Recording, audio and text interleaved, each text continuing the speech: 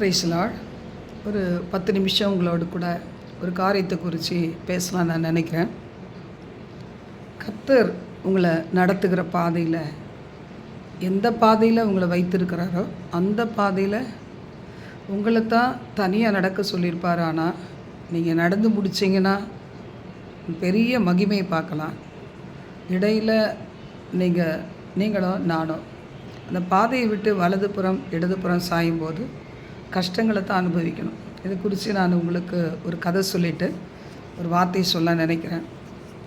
ஒரு பெரிய ஒரு தோட்டம் இருக்குது. அந்த தோட்டத்தில் நிறைய செடி கொடிகள் மரங்கள் எல்லாம் நிறைய இருக்குது. அதில் ஒரு பெரிய ஒரு மரம் இருக்குது. அது ஆலமரமோ அரச மரமோ நீங்கள் வச்சுக்கோங்க, பெரிய மரம். அப்போது அந்த மரத்தை சுற்றிலும் நிழல் இருக்குது. ஆனால் அந்த மரம் தனியாகவே நிற்கிது. அப்போ அந்த மரம் என்ன அது ஃபீல் ஆகும்னா, தன்னை சுற்றிலும் அந்த காட்டுக்குள்ளே இருக்கிற எல்லாம் அந்த கார்டனில் இருக்கிற அந்த செடி கொடிகள் எல்லாம் அசைந்து ஆடும்போது அதுக்கு எப்படி இருக்குன்னா ரொம்ப சந்தோஷமாக இருக்கும். இவங்கெல்லாம் பாரு எப்படி ஒருத்தரோடு ஒருத்தர் பின்னி பிணைந்து அழகாக ஆடி அப்படி நல்லா இருக்கிறாங்களே அப்படின்னு இந்த மரம் நினச்சிட்டே இருந்துச்சான். ஒரு முறை பார்த்திங்கன்னா அந்த மரத்துக்கு கொஞ்சம் தள்ளி ஒரு கொடி ஒன்று, ஒரு செடி ஒன்று வளர்ந்துட்டே இருக்குது. கொஞ்சம் பெருசாகும்போது அது கொடியாக பார்த்தா தெரியுது. நமக்கு கூட தெரியும்ல, இது கொடியா செடியான்னு தெரியும். அது மாதிரி அது அந்த செடியிலேருந்து அப்படியே அந்த கொடி படறதுக்கு ஒரு இடத்த பார்த்துச்சான். அப்படி பார்க்கும்போது அந்த மரத்தை பார்த்த உடனே அந்த மரம் பக்கத்தில் இருந்தவுடனே இது நேராக அது மேலே படர்ந்துச்சான். இப்போ படரும்போது இந்த மரத்துக்கு ரொம்ப சந்தோஷம். நமக்கு கூட கம்பெனி கொடுக்கறதுக்கு இன்னும் ஒரு அருமையான ஒரு செடி அதுலேருந்து நல்லா சூப்பராக இருக்குது அப்படி சொல்லிட்டு இடம் கொடுத்துருக்கு. அப்போ இந்த மரத்துக்கு போகிற எல்லா ஊட்டச்சத்துக்களும் அந்த செடிக்கு கிடச்சி கொடி அழகாக நல்லா ஸ்பீடாக பரவி அந்த மரத்தினுடைய பல பகுதிகளில் அது சூழ்ந்து அப்படியே அது பெருசாக அப்படியே கொப்பு விட்டு அழகாக வளர்ந்துட்டே இருந்துச்சான். அப்போ ஒரு நாள் பார்த்திங்கன்னா நிறையா ஒரு காற்றடிக்குது, புயல் அடிக்குது. அப்போது எல்லா செடி கொடிகள் அப்படி இப்படி பேலன்ஸ் பண்ணி அது ஏதோ அப்படி இப்படி எழுந்து நின்றுக்குது. ஆனால் பார்த்திங்கன்னா இந்த மரம் என்ன பண்ணுச்சு, ரொம்ப நாளாக அதுக்கு ரொம்ப வருஷங்களாக இருந்தது. அதோடு இல்லாமல் அதனுடைய அங்கே அதாவது மண் அரிச்சு அது கொஞ்சம் ஸ்ட்ராங்காக இல்லை. உடனே என்னாச்சு, ஒரு பெரிய புயல் அடிக்கும்போது அந்த பொத்தனை கீழே விழுந்துருச்சு.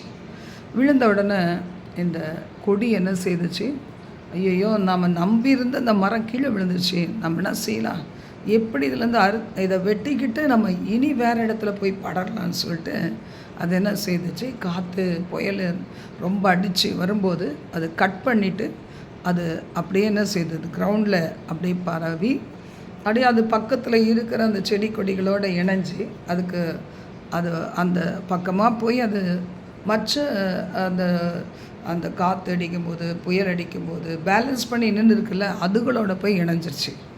அப்போ இந்த மரம் பார்த்து தான் நம்ம இன்றைக்கி விழுந்து கிடக்கும்போது நம்மளை சார்ந்து வந்த இந்த கொடி, இந்த செடி கொடி இது என்ன செய்ச்சு, நம்மளை கை விட்டுருச்சு அப்படி சொல்லிட்டு அந்த கொடிக்கிட்ட கேட்டு தான் மரம் கேட்டிருக்கு, இவ்வளோ நாள் நீயும் நானும் நண்பர்களாக இருந்தோம், எவ்வளோ நல்லா சந்தோஷமாக இருந்த நீ, எனக்கு கிடைக்கிற ஊட்டச்சத்தெல்லாம் உனக்கு கிடச்சிது, தண்ணி கிடச்சிது, ஆனாலும் நீ என்னோடு இருக்கிற, என் கூடவே இருக்கிறன்ற சந்தோஷத்தில் நான் இருந்தேன்.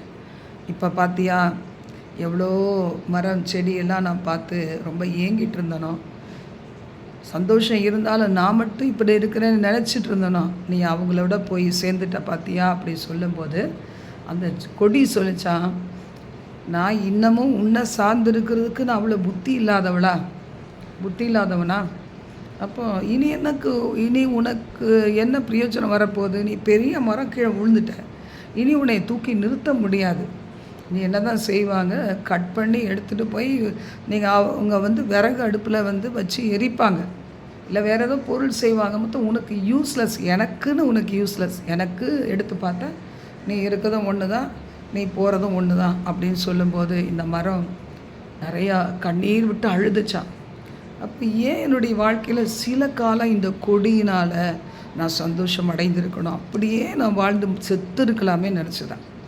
அது மாதிரி தான் இன்றைக்கி நம்ம வாழ்க்கையில் கூட தேவன் நம்ம நடத்துகிற பாதையில், தேவன் அனுமதித்திருக்கிற பாதையில் நம்ம பொறுமையோடு போகணும். வாலிபிள்ளைகள், வாலிப பொண்ணுங்க, பையன்களுக்கு நான் சொல்கிறேன், அந்த பாதையில் அந்த இளம் வாலிப வயதில் வரீங்க பார்த்தீங்களா, அது கொஞ்ச நாள் தான். உணர்வுகளில் மாற்றம் இருக்கும், சரீரத்தில் மாற்றம் இருக்கும். அது நம்பி அதற்கு பின்னாடி போகாதபடிக்கு கர்த்தர் உங்களை வச்சிருக்கிற அழகான குடும்பத்தில், அழகான உறவுகள் நடுவில், தாய் தகப்பனுடைய பாசத்தில், அதில் கண்டிப்பும் இருக்கும். இருந்தாலும் அதில் நீங்கள் மட்டும் நின்று பிடிச்சிட்டிங்கன்னு வச்சுக்கோங்களேன், உங்களுடைய எதிர்காலத்தை சுதந்திரிக்க நீங்கள் அந்த திருமணம் அந்த உறவுக்குள்ளே போகிறதுக்கு முன்னாடி நீங்கள் சுதந்திரிக்க வேண்டிய அநேக நன்மைகளை சுதந்திரித்து கொண்டு நீங்கள் வெற்றியாய் வாழ முடியும். ஆனால் அந்த நேரத்தில் வருகிற ஒரு எமோஷன், ஒரு உணர்வு, இதுக்கு நீங்கள் அடிக்ட் ஆகிட்டு அதுக்கு பின்னாடி உங்கள் மனம் போச்சுன்னா உங்களுடைய வாழ்க்கையில் கூட பார்த்தீங்களா, கொஞ்ச நாள் தான் இந்த உலகத்தின் காரியங்கள் உங்களுக்கு கை கொடுக்கும், உங்களுக்கு எதமாக காணப்படும். ஆனால் அது முடிவு ரொம்ப கொடுமையாக இருக்கும். அதான் வசனம் சொல்லுது நீதிமொழிகளில், தன் கூட்டை விட்டு அலைகிற குருவி எப்படி இருக்கிறதோ அப்படியே தன் ஸ்தானத்தை விட்டு அலைகிற மனுஷனும் இருக்கிறான். நீதிமொழிகள் 27:8 வசனம் சொல்லுது. அதனால் இன்றைக்கி நாம் நம்மோட பேசுகிறார்களா ஆவியானவர், அவருக்கு செவி கொடுக்கணும். ஏன்னா பரிமள தைலமும் சுகந்த தூபமும் எப்படி இருதயத்தை களிப்பாக்குகிறதோ, ஒருவனுடைய சிநேகிதன் உட்கரத்தான ஆலோசனையினால் பாராட்டும் இன்பமானது உன்னை களிப்பாக்கும். அந்த நேரத்தில் எந்த ஆலோசனையும் பெருசாக தெரியாது தான். எத்தனையோ சகோதரிகள், சகோதரர்கள் தங்களுக்கு கொடுக்கப்பட்ட அருமையான கணவன், மனைவி, பிள்ளைகள் என்கிற ஐக்கியத்தை விட்டு இப்படி பார்த்தீங்கன்னா என்ன செய்கிறாங்க, எதையோ நம்பி யாருக்கோ இடம் கொடுத்து தங்கள் வாழ்க்கையில் கொஞ்ச காலம் அவளை காரியங்கள் முடிஞ்சிச்சுன்னா சந்தர்ப்பம் வரும்போது விலகி போயிடுவாங்க. நான் உன்னை அறியேன்னு சொல்லுவாங்க. அதோடு அந்த நாட்களில் உங்களோடு இருந்து பேசி பழகின அந்த இன்பமான காரியங்கள், பகிர்ந்து கொண்ட காரியங்களை மைண்டில் வச்சுக்கிட்டு எப்போ நீங்கள் தனித்து விடப்படுகிறீங்களோ, வெட்டி எறியப்படுகிறீங்களோ, அதை சொல்லி சொல்லி காண்பித்து உங்களை துக்கப்படுத்தி நீங்களாக நினைக்கணும் போ அப்படின்னு சொல்லி அந்த நிலைமைக்கு கொண்டு வந்து விட்டுருவாங்க. அதனால தான் கர்த்தருடைய வார்த்தை சொல்லுகிறது, ஆலோசனையை கேட்கணும். ஆலோசனையை தேவன் கொடுக்கறதுக்கு யாரையாவது அனுமதிப்பார். நீங்கள் யார் சொன்னால் கேட்பீங்கன்றவங்கள அனுமதிப்பார். அப்போ புத்திமதியை கேட்குறது அவன் மூடனுக்கு தகாது, அவனுக்கு ஏற்றுக்கவே மாட்டான் பாருங்கள். எல்லாம் போய் அடிபட்டு வாழ்க்கையை முடிஞ்சு போய் கடைசியில் யோசிப்பான், ஐயோ ஏன் இந்த வாழ்க்கை இப்படி முடிஞ்சு போச்சு அப்படின்னு சொல்லி. இந்த மரம் தனியாக இருந்தது, நல்லா ஸ்ட்ராங்காக இருந்தது, நல்லா சந்தோஷமாக இருந்திருக்கலாம், இன்னும் பல வருஷங்கள் அது வாழ்ந்திருக்கலாம். ஆனால் பாருங்கள், யாருக்கோ இடம் கொடுத்து தன்னுடைய எல்லாவற்றையும் இழந்து செல்களெல்லாம் அரிச்சு போய் அது கிடைக்க வேண்டிய தண்ணீரும் கிடைக்காம கடைசியில் பார்த்தீங்கன்னா அந்த செடி கொடியால் பேலன்ஸ் பண்ண முடிஞ்சிச்சு.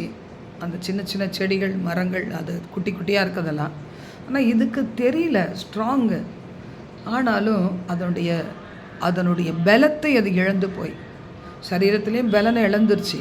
கடைசியில் நண்பனாக இருந்த ஒரு தோழியாக இருந்த அதுவும் பிரிஞ்சு போன நிலைமையில் ரொம்ப எப்படி அது வேதனையோடு கண்ணீர் விட்டு கதறி தன்னைத்தானே சொல்லிக்கிச்சு, நான் சலிப்பு மரம், நான் சலித்து போனேன் அப்படின்னு சொல்லி அந்த ஒரு நிலைமையில் அது அழுதுச்சு, கண்ணீர் விட்டு அழுதுது. அது பிறகு அதோடைய வாழ்க்கை அப்படியே முடிஞ்சிருச்சு. ஒருவேளை வேறு வடிவில் எப்படியாவது உருவமைக்கப்பட்டிருந்தாலும் அதனுடைய இருதயம் என்ன செய்துச்சு, அந்த பாஸ்ட் லைஃபுடைய காரியங்களை நினச்சி அது கற்றுக் கொடுத்த பாடங்களை நினச்சி அது அழிக்கப்படுகிற வரைக்கும் அதே யோசனையாக இருந்துதான். இன்றைக்கி அநேக நேரத்தில் அப்படி தான். அதனால தான் வசனம் சொல்லுது, உன் சிநேகிதனையும் உன் தகப்பனுடைய சிநேகிதனையும் விட்டு விடாதே. எத்தனை ஊழியக்காரர்கள் அட்வைஸ் பண்ணுறாங்க, அம்மா அப்பா தான் கேட்கல, சொன்னால் கேட்கல, யாரையும் எழுப்பி சொல்கிறதையும் கேட்காம அப்படியே நடந்து போயிட்டுருக்கீங்களா? ஆண்டவருடைய வார்த்தை சொல்லுது, என் மகனே, என்னை நிந்திக்கிற பிசாசுக்கு நான் உத்தரவு கொடுக்கும்படிக்கு நீ ஞானவானா ஆகுப்பா, என் இருதயத்தை சந்தோஷப்படுத்துன்னு கர்த்தர் சொல்கிறார். ஞானவானா ஆகணும்னா என்ன செய்யலாம்? நீதிமொழிகள் 31 சாப்டர் இருக்குது. ஒரு நாளைக்கு ஒரு சாப்டர் வாசித்தா போதும். உலகத்தில் நீங்கள் பரிசுத்தமாய் வாழ்த்தர முடியும். செய்வீங்களா? ஜெபம் பண்ணலாம். எங்கள் பரலோக தேவனை, இந்த சத்தத்தை கேட்ட தமது பிள்ளைகள் தங்களை அர்ப்பணித்து இந்த மாதிரி பாதையிலே தங்களுக்குரிய ஸ்தானத்தை விட்டு எங்கே தூரம் போனாலும் இந்த எச்சரிப்பின் சத்தம் அவர்களை உன் பக்கம் இழுக்கட்டும். ஆண்டவரே, பெத்லகேமுக்கு தேடி வந்த நகோமியை போல, அவளுடைய மருமகளைப் போல இந்த சர்டன் பாயிண்ட்லையாவது அவங்க மனம் திரும்பி ஆண்டவரே பெத்லகேமுக்கு வரட்டும். அவர்கள் அறியாத, அவர்களுக்கு தெரியாத வாசல்கள் மூலம் அவர்களும் அவருடைய குடும்பங்களும் பராமரிக்கப்படட்டும். ஆண்டவராகிய கர்த்தருடைய மனப்பூர்வமான பிரியத்தை பெற்றவர்கள் வாழ்ந்து சுகித்திருக்கும்படி இயேசு கிறிஸ்துவின் நாமத்தினால் இவளை வாழ்த்தி ஆசீர்வதிக்கிறேன். கர்த்தரை கிருபை பெருகட்டும். ஆசீர்வதியம் இயேசுவின் மூலம் பிதாவே. ஆமேன், ஆமேன். God bless you.